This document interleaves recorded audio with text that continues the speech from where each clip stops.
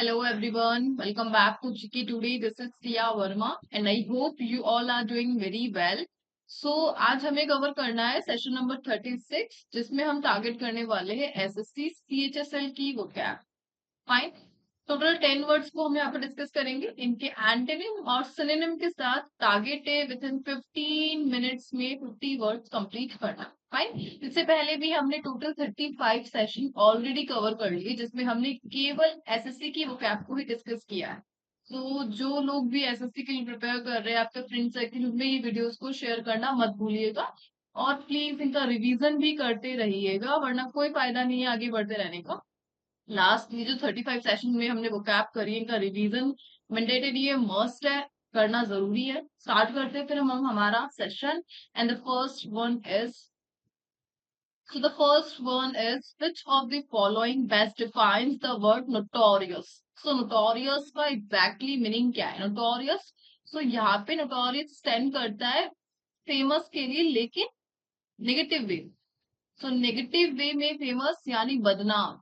इस वर्ड का मीनिंग हो गया notorious. यानी अगर हम इसके सिनोनिम की बात करें तो क्या होगा?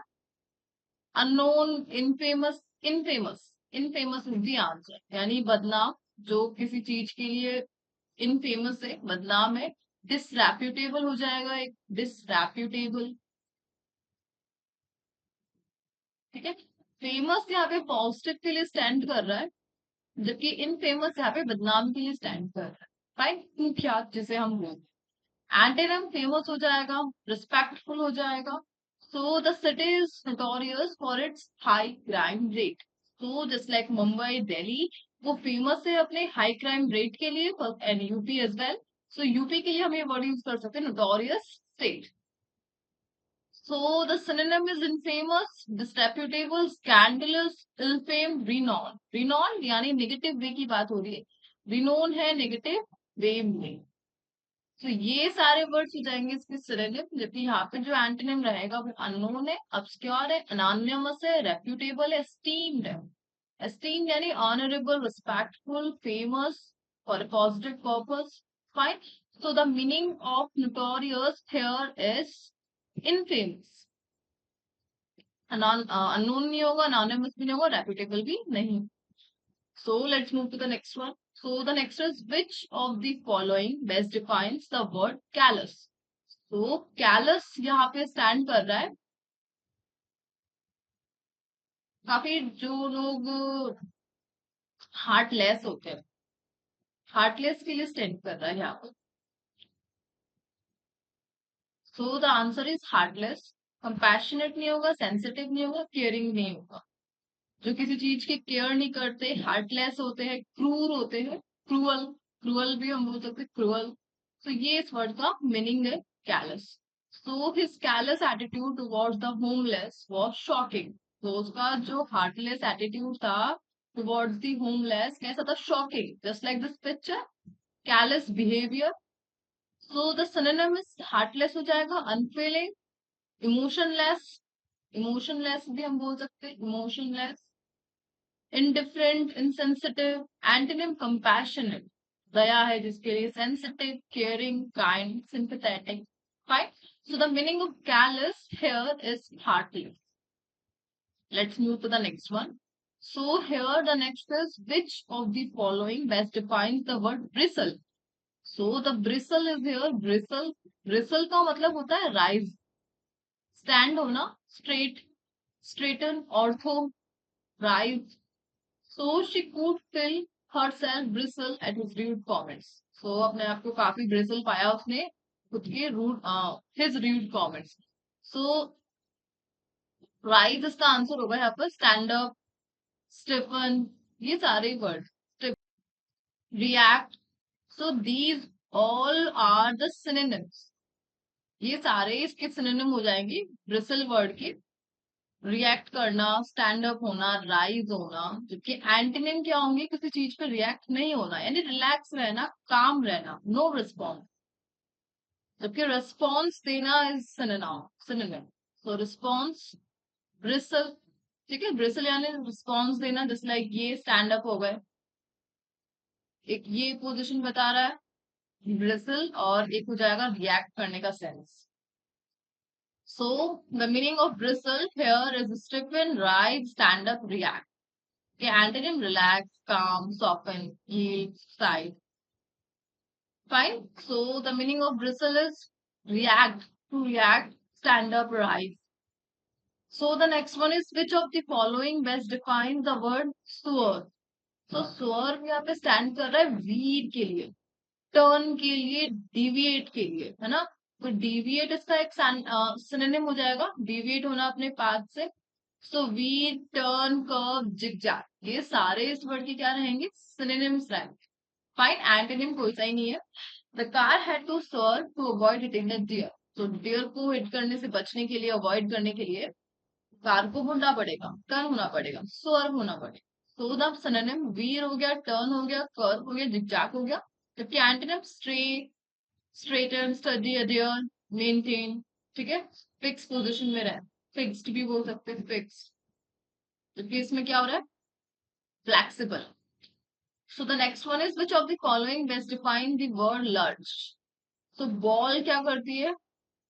बॉल का जो मोशन है, कैसा मोशन है? लर्च मोशन है, यानी लुढ़कना। ठीक है, लर्च का मतलब है लुढ़कना।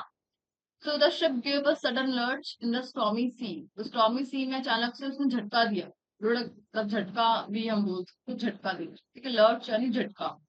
तो यहाँ पर जो इसके सिनोनिम रहेंगे वो रहेंगे जॉल्ट,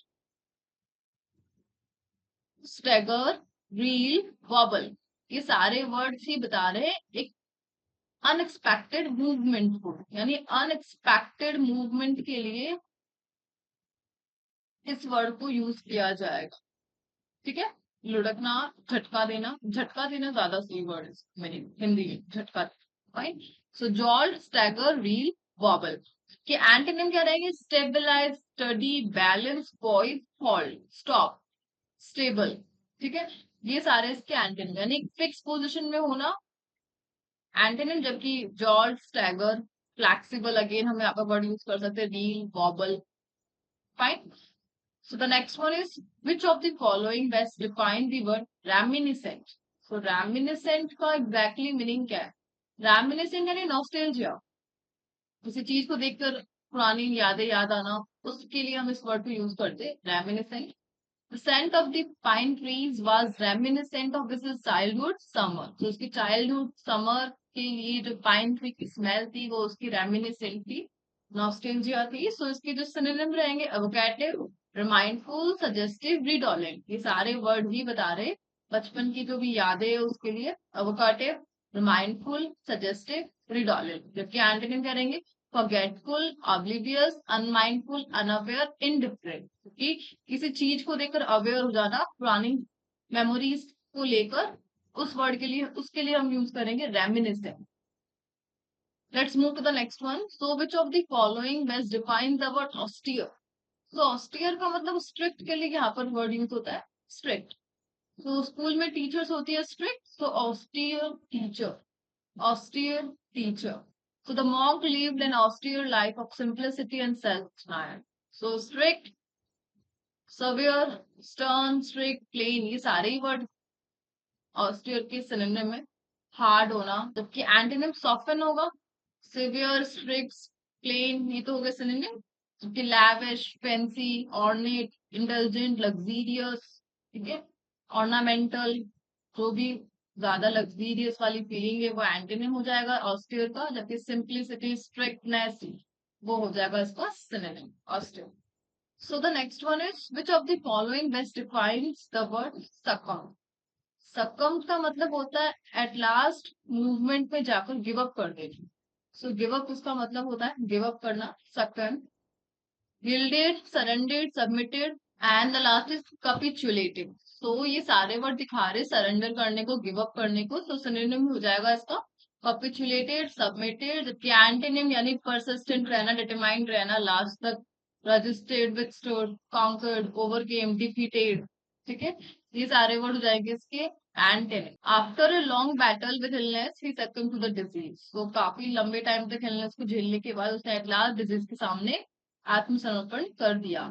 सो yielded, surrendered, submitted, कैपिचुलेटेड, ये हो गया इसका synonym. So the next word here is which of the following best defines the word abominable? So abominable का मीनिंग क्या है यहाँ? So abominable स्टैंड कर रहा है हॉरिबल की सेंस में, horrible, atrocious, detestable, while. Fine, जबकि एंटोनिम क्या रहेगा इसका? प्रेज वर्दी, कमेंडेबल, प्लीजेंट, डिलाइटफुल, एडमायरेबल। तो जो हॉरर है, घिनौना है, एबोमिनेबल का मतलब डिटेस्टफुल, घृणित, जो हम बोलते हैं हिंदी में घृणित। So the abominable crime shock the entire community. तो क्राइम कैसा था? काफी शॉकिंग था, शॉकिंग, हॉरिफाई, हॉरिबल, पूरी कम्युनिटी को, इंटायर कम्युनिटी को शॉक कर दी। Next one is which of the following best define the word revolutionary? So remonstrate का मतलब होता है प्रोटेस्ट करना, आंदोलन करना, प्रोटेस्ट करना, ऑब्जेक्ट, कंप्लेन, चैलेंज। ये चारों ही वर्ड्स के क्या है? सिनोनिम है। जबकि एंटोनिम्स क्या हो जाएंगे इसके? एग्री करना, एक्सेप्ट करना, अप्रूव, सपोर्ट, इंडोर्स, ये सारे वर्ड हो जाएंगे इसके antonym. So the citizen gather to remonstrate against the new law. तो न्यू लॉ के अगेंस्ट में रेमिनिस्ट्रेट करने के लिए, प्रोटेस्ट करने के लिए सारे सिटीजन गैदर हो गए। गैदर, इकट्ठा होना। फाइन। सो आज हमने वर्ड्स करे हैं वो है ट्राइबल्स, ये तो ट्राइब्स हो गई, ट्राइब्स, जनजातियां। नोटोरियस क्या था? Callus, bristle, swerve, lurch, reminiscent, austere, सकम, अबोमिनेबल, रेमोनिस्ट्रेट। फाइन, ये 10 वर्ड्स आज हमने कवर करे। देन मिलते हैं नेक्स्ट सेशन के साथ। Till then do revision and take care.